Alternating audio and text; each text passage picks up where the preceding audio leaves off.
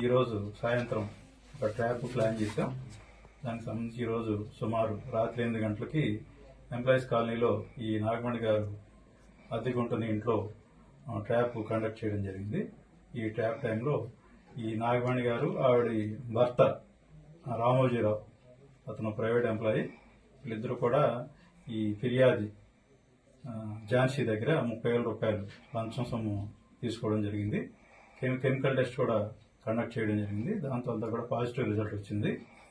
దీనికి సంబంధించి ఫర్దర్గా మిగతా డీటెయిల్స్ అన్ని కూడా ఎంక్వైరీ చేస్తున్నాం. ఎంక్వైరీ అనంతరం వాళ్ళని కోర్టుకు హాజరు పెట్టి నెక్స్ట్ చర్యలు తీసుకుంటాం.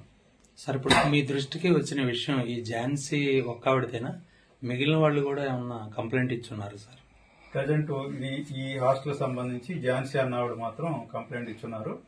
ఈ ఆల్రెడీ ఇన్వెస్టిగేషన్ స్టార్ట్ అయింది కాబట్టి ఫర్దర్గా ఇంకా ఏదన్నా ఉంటే కనుక దాన్ని కూడా మనం ఫర్దర్గా ఎంక్వైరీ చేసి ముందుకు వెళ్తాం.